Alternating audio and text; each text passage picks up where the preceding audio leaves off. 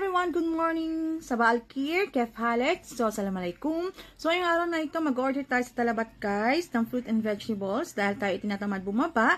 Dahil time check is 3 p.m. So, medyo mainit guys. So, ayokong bumaba. And then, pwede tayong umorder sa Talabat guys. Basta yung minimum order is 50 Egyptian pounds. So, times 13 lang yan sa ating Philippine peso. So, hindi naman nagkakalayo yung pera natin guys. So, ayan. Samahan nyo ako guys. Bye! So, yan guys, meron tayo ditong Talabat app. So, yan, nag-order na ako guys. Na-add to cart ko na lahat. Ay, hindi pa pala. Meron pa pala itong green beans.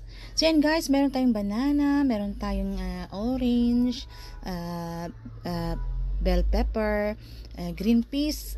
No, green beans, guava, spinach, grapes, at saka mango. So, total lahat guys is 300. Magkano ba yan? 369? Yes, so I pay by cash.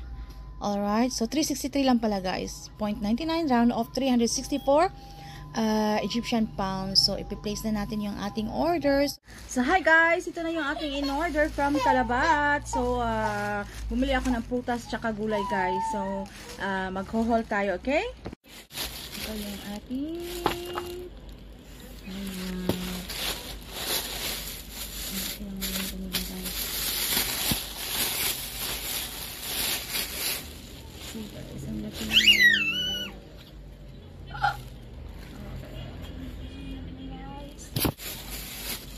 so, green beans guys. Green beans. Ayan.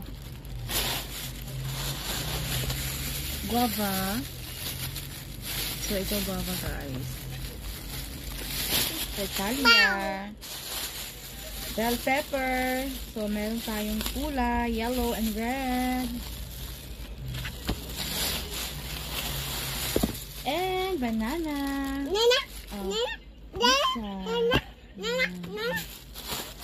And then we have this, yes. We have orange. Ayan guys. So yung aking total na pinamili guys is 330 Egyptian pounds. So lahat yan. So i-times nyo na lang sa 13 sa pera natin sa peso. So hindi naman masyadong nagkalaki guys na yung gap, okay yung currency. So parang same lang din sa Pilipinas. So, ayan. So, nag-order pala ako ng spinach, guys. So, hindi siya available. So, dapat yung lahat ng in-order ko is 365 or 364.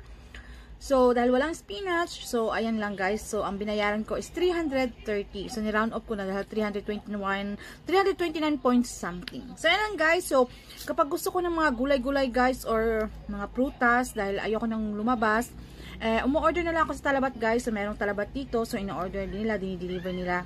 Dinideliver nila dito sa bahay niyo.